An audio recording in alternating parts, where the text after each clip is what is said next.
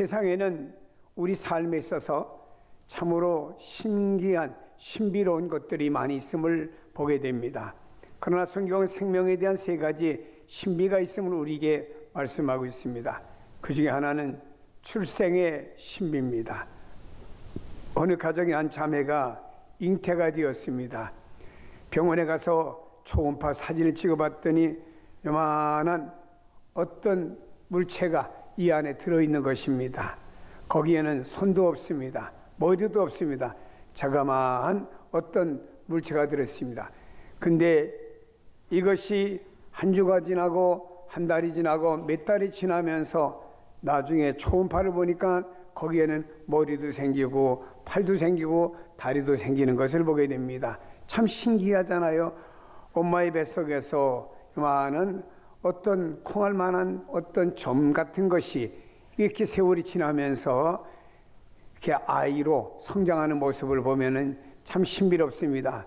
그 어느 날 이 아이가 이 땅에 출생을 하게 됩니다. 출생을 하게 되면은 온 집안의 기쁨과 감사가 되지요. 요즘에는 아이들의 출생을 해서 나와도 옛날과 달리 아이들이 깨끗하고 아주 나서 한 몇 주쯤 된 아기와 같이 깨끗하고 아주 건강한 모습을 보게 되는데, 그 아이가 성장합니다. 우리 교회도 새로 태어난 아이들이 주일마다 오면은 엄마하고 아빠하고 저를 만납니다. 한 주간 전에 봤을 때보다 한 주간 후가 달라요. 근데 여기 교인들은 똑같아요.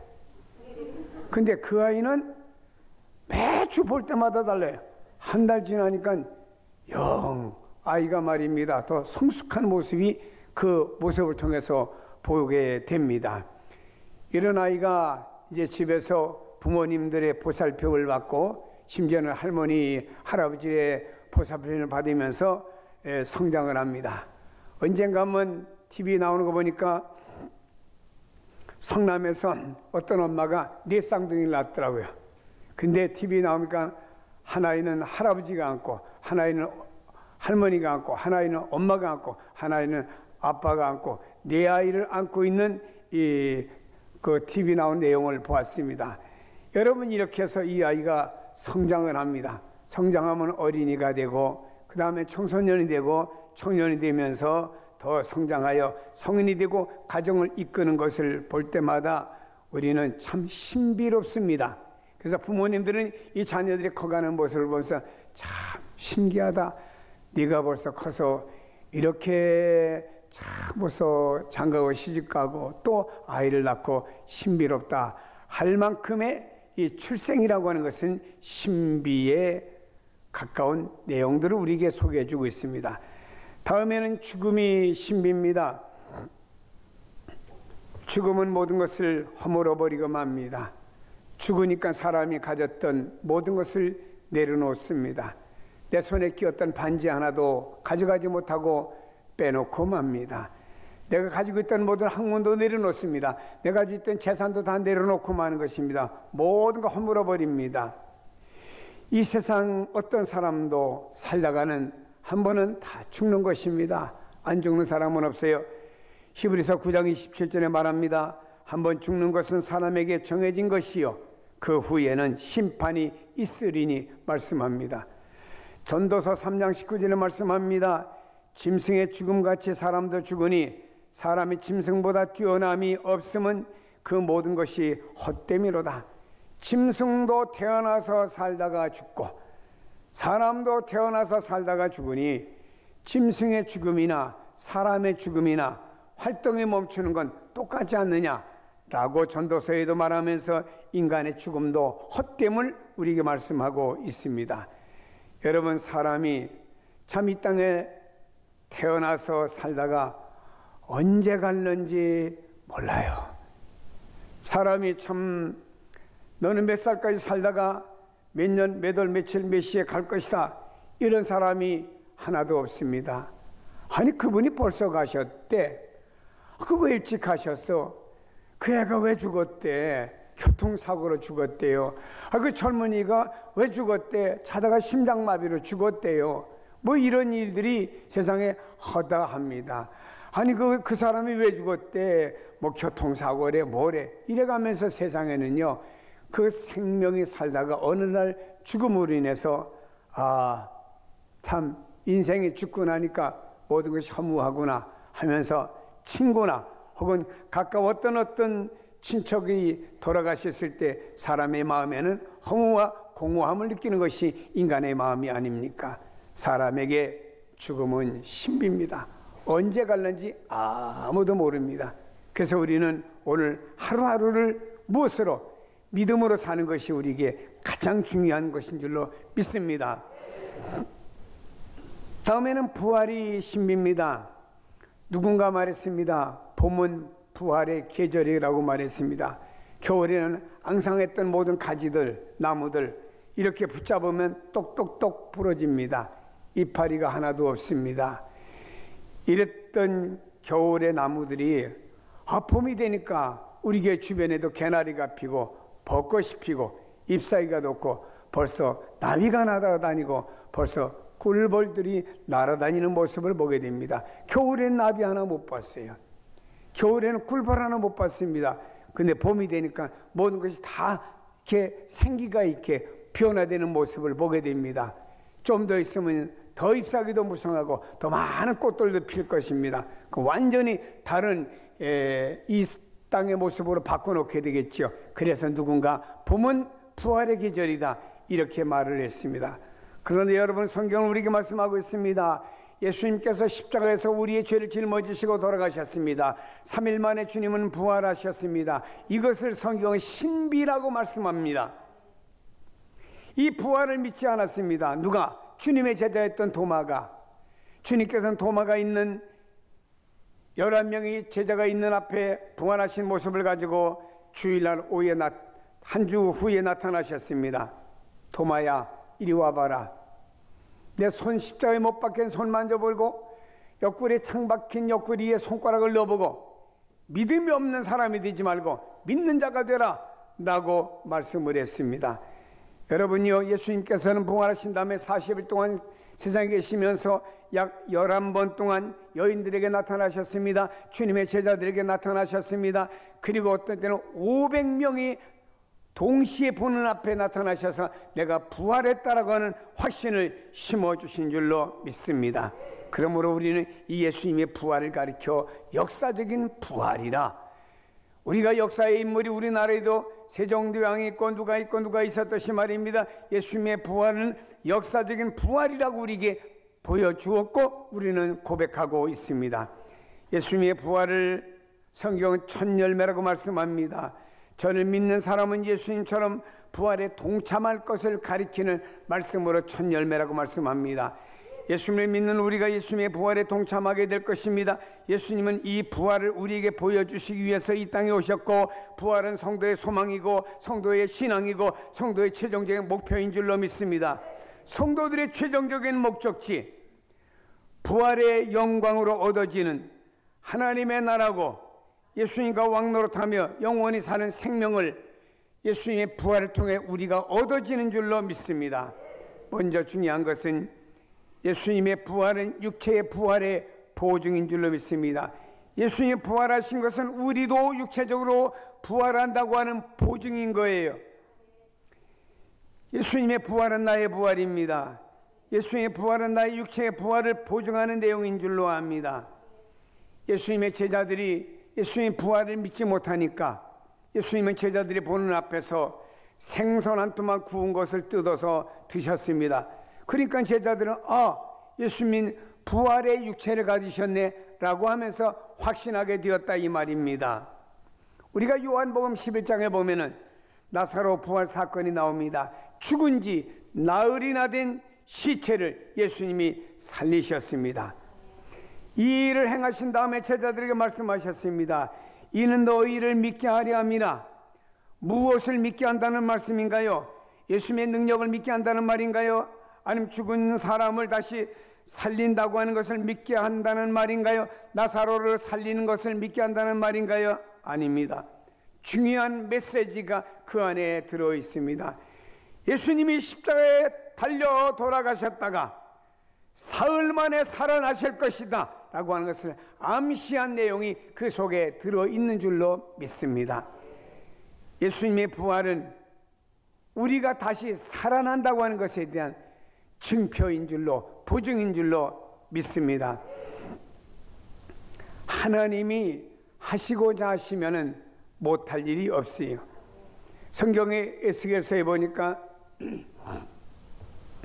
에스겔 골짜기에 사람의 죽은 뼈를 모아놓는 골짜기가 있습니다. 하나님의 말씀이 떨어졌습니다. 뼈들아 각각 그 제 위치에서 맞춰라 하니까 사람 몸뚱아리에 팔이 맞춰지고 다리가 맞춰지고 머리가 맞춰졌습니다. 그 위에 심줄이 생겨라, 심줄이 생겼습니다. 그 위에 살이 덮여라, 살이 덮였습니다. 그리고 그 코에 생기를 불어넣으니까 하나님의 군대가 되었다 말씀합니다. 하나님께서는 무에서 유로 창조하신 하나님이기 때문에 에스겔 골짜기에 마른 뼈들을 갖다가 하나님의 군대를 만드는 것은 그분의 말씀이면 가능했고 불가능한 게 아니라 이 말입니다. 여러분, 우리 하나님은요 이렇게 죽은 자도 살리시는 놀라운 능력이 하나님에게 있는 줄로 믿습니다.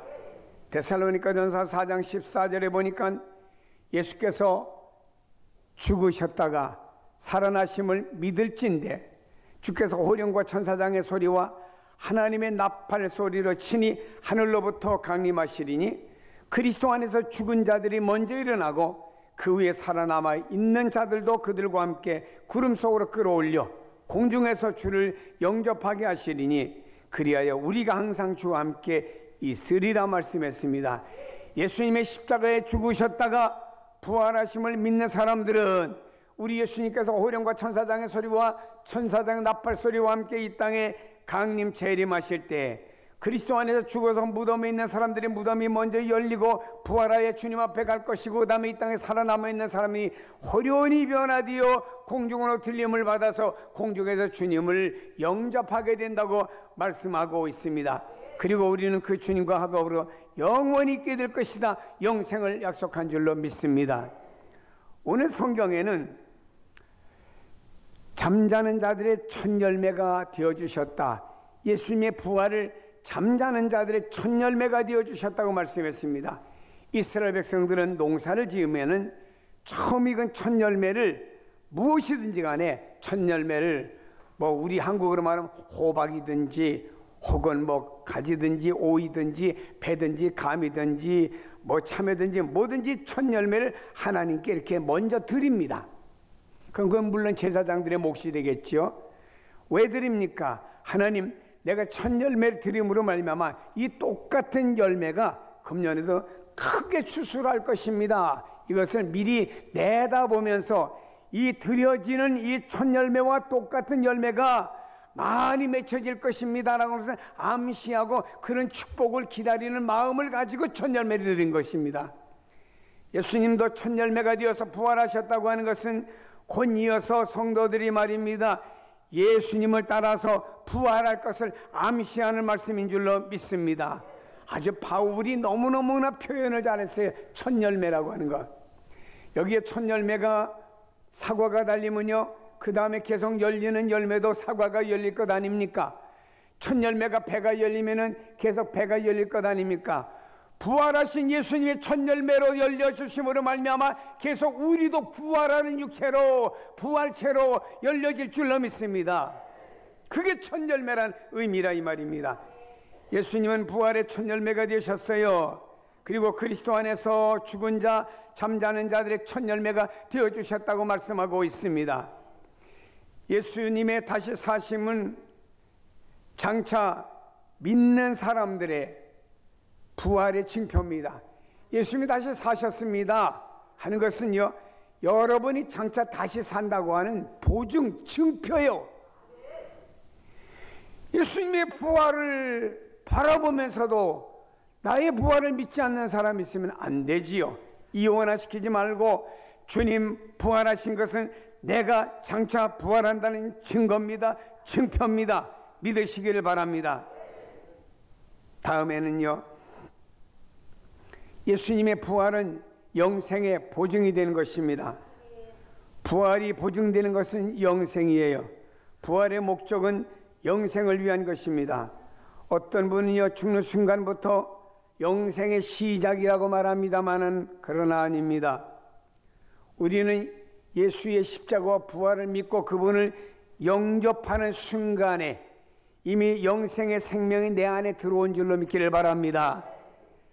마치 한 알의 씨가 있으면 이 씨는 생명이에요. 땅에 심으면 싹이 나고 열매를 맺지 않습니까? 이미 예수님의 영생의 생명의 씨앗이 우리 안에 들어온 겁니다. 이미 영생은 우리 안에 영접된 것입니다. 요한복음 5장 24절에 말씀하고 있습니다. 내가 진실로 진실로 너희에게 이르노니 내 말을 듣고 또 나 보내신 이를 믿는 자는 영생을 얻었고 심판에 이르지 아니하나니 사망에서 생명으로 옮겼느니라. 사망에서 생명으로 옮겼느니라. 썩을 육체에서 영생으로 육체로 옮겼습니다. 낮은 육체에서 영광의 육체로 옮긴 줄로 믿으시기를 바랍니다. 여기 영생을 얻었고 라고는 얻었고라는 단어를 헬라어에 보니까 에코라고 부르는데 현재형으로 쓰이는 것입니다. 말씀을 듣고 믿음을 가지는 순간부터 영생을 가지게 되었다 이 말입니다. 이 사람은 이미 사망에서 생명으로 옮긴 사람이에요. 믿음을 통해서 생명을 얻음이 믿는 순간 완료된 겁니다. 믿음으로 얻은 생명은 상실됨이 없이 영생에 이르는 줄로 믿기를 바랍니다. 어떤 사람이요 영생이 내 속에 있다가 나갔다 들어왔다 그런 하나님이 아닙니다. 여러분이 어느 날 성령을 통해서 예수 그리스도의 십자가와 그분의 부활을 나의 부활로 나의 십자가를 믿는 그 순간 내 안에 그 주님과 더불어서 영생이 왔습니다. 내 안에 임했습니다. 요한일서 3장 14절에 말합니다. 사망에서 옮겨 생명으로 들어간 줄 알거니 와라고 말씀하고 있습니다. 지금 우리는 영생의 삶의 과정 안에 들어와 있어요. 근데 현실에서 이 사실을 잊어버리고 살아요. 사람들은 생각하기는 이 땅에서 살다가 딱 죽으면은 그 다음에 영생의 세계로 들어간 줄 아나요? 아닙니다. 이미 우리는 이 땅에서 영생의 생명을 가지고 살다가 죽으면은 그 다음에 그 영생이 완성이 되는 겁니다. 우리가 분명한 것은 예수 그리스도를 믿고 구원받은 우리는 이미 영생을 얻었다고 믿기를 바라세요. 믿기를 바랍니다. 외국 가려고 하면은 항공 티켓을 삽니다. 그럼 내가 여권과 티켓을 가지고 있어요. 그럼 내 마음엔 어떻게 확신합니까? 이 여권하고 티켓만 있으면은 내가 원하는 목적지에 간다고 의심하지 않습니다. 확신을 갖게 됩니다. 이 티켓 하나만 들어도, 이 티켓 하나만 내 손에 들어도 내가 가는 목적지에 가는 것을 의심하지 않아요. 내가 티켓을 가졌는데 진짜 이 티켓이 있어도 이거 가지고 비행기에 태워줄까? 의심하는 사람이 없습니다. 이것만 가지면요 다 태워준다고 확신하는 것입니다. 여러분이요, 우리가 예수 그리스도를 믿고 구원을 받은 티켓이 우리 안에 있다고 하면 이미 우리 안에는 영생이 얻어진 줄로 믿기를 바랍니다. 영생에 대한 확증이 바로 예수님의 부활입니다. 첫 열매에 이어서 부활의 열매가 우리를 통해서 맺어집니다. 예수님은 첫 열매였고 우리를 통해서 많은 부활의 열매가 맺혀집니다. 예수님의 부활이 우리 영생에 대한 보증이고 확신으로 믿고 의심하지 마시기를 바랍니다. 나는 주님의 부활을 바라볼 때마다 나는 영생을 얻은 사람입니다. 영생을 얻습니다. 의심 없이 믿고 그 믿음 안에서 살아가시길 바랍니다. 다음에 예수님의 부활은 죽음에 대한 승리의 보증입니다. 사람은 이 땅에서 죽음으로 마지막을 구하게 됩니다. 죽지 않는 방법은 없어요. 부활신앙을 소유한 성도들은 예수 그리스도를 인격적으로 만나고 예수 그리스도를 능력으로 만납니다. 그로 말미암아 나 개인과 공동체 안에 나로 말미암아 변화의 역사를 나타내게 만듭니다. 우리가 예수 그리스도 안에서 옛 자아가 부정되어지고 자기를 십자가에 못 박고 새로운 가치관과 새로운 세계관과 새로운 인생관을 가지고 살아갈 때 우리 안에 부활의 체험을 할 수가 있는 거예요. 내 안에 내가 죽어지고 내가 내 안에서 변화되어지는 것이 내 안에 예수님의 부활을 체험하는 겁니다. 부활의 생명이 내 안에 계시는데 그 예수 그리스도로 말미암아 내 안에 변화가 일어나는 것이 예수님의 부활을 체험하는 겁니다. 이런 성도에게는 미래의 부활이 있는 줄로 믿습니다. 예수님이 다시 공중에 재림하실 때 주님 안에서 죽었던 자들이 먼저 일어나고 살아남은 사람들이 저 공중으로 들림받아서 그때 부활이 완성되는 줄로 믿기를 바랍니다. 지금은 부활의 생명이 내 안에 있지만 주님이 다시 오시는 그 날에는 완성된 부활의 신령한 몸으로 내가 변화되는 그날이 있는 줄로 믿습니다. 예수님과 같이 신비한 몸으로 부활의 사건이 그날에 있습니다. 이 땅의 어떤 것으로도 그 부활을 설명할 수가 없습니다. 혈안에서 부화되어서 병아리가 나온다? 꽃이 이를 뚫고 나방이가 나와서 창공을 난다? 이것으로 어떻게 부활을 설명하겠습니까? 오직 예수 그리스도로 말미암아서만이 증거가 됩니다. 그분이 분명히 죽으셨습니다. 그분이 분명히 살아나셨습니다. 그분의 증거는 역사적입니다. 지금도 그분의 죽으심을 역사적으로 말하고 있습니다. 그리고 믿음으로 말미암아 그 주님의 부활이 내 안에 왔고 나도 그 주님으로 말미암아 장차 부활하게 되고 최종적인 목표는 주님의 나라에서 완성되는 줄로 믿습니다. 사랑하는 여러분, 이 부활의 신앙을 소유하고 살 때 현재 삶에도 아주 의미가 있고 달려갈 목표가 분명하고 희망과 소망 가운데 두려워하지 않고 살게 됩니다. 따라합시다. 부활의 소망을 가지고 살자. 부활의 증인이 됩시다. 이런 믿음의 사람으로 세워지기를 축복합니다.